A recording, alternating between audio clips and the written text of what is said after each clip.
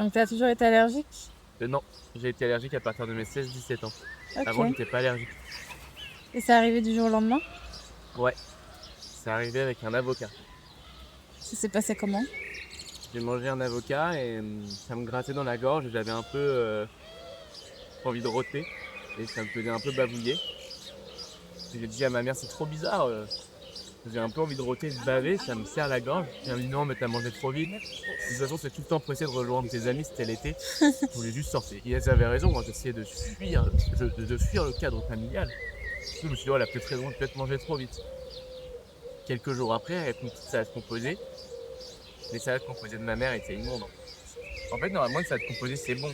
T'as des tomates, t'as des concombres, un peu de vinaigrette, c'est superbe. Ma mère a ajouté des cœurs de palmier et des pousses de soja. J'ai énormément de respect pour mes parents. Mais les salades composées avec cœur de palmier et ces merdes, C'est pas très bon les cœurs pas de très bon. palmier. Et du coup, pareil. Et alors, c'était du thon aussi, du thon. Enfin, Moi, je suis pour le thon dans les ah, salades. moi aussi, je suis pour, mais avec du riz, de la tomate. Ah oui? Oh, superbe. Bref, et là, j'ai re le même truc. Et du coup, ma mère refait: «Bah, tu manges trop vite, tu vas manger que les pâtes et les pommes de terre». Et je fais: «Bon, bah, d'accord». Et un beau jour, on invite les parents de Franck à manger. Parce que Franck avait passé quelques jours à la maison. Et là, coup de tonnerre sous les tropiques. Là, il se passe un truc horrible. Je mange du melon et j'ai mes lèvres qui gonflent, comme ça.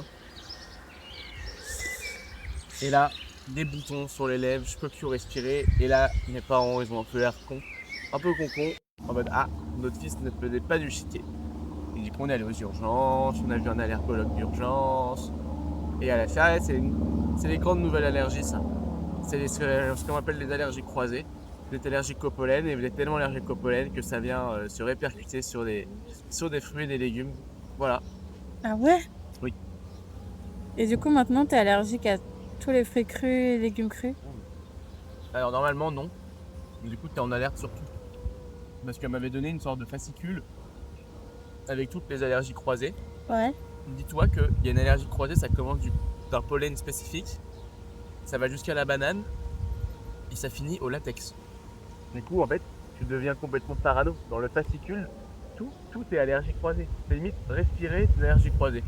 Du coup, moi, j'ai pas trop étudié ce bouquin parce que normalement, j'étais censé être allergique à la pomme crue, ce qui paraît très logique. Un Oui? fruit normal, je ne suis pas allergique à la pomme.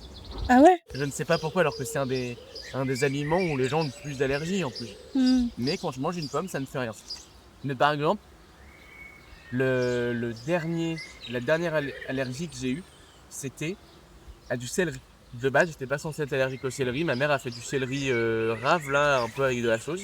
Allergie, j'ai mangé une bouchée et ça m'a piqué les lèvres, ça m'a un peu gonflé la gorge et je pouvais plus trop respirer pendant 2-3 heures.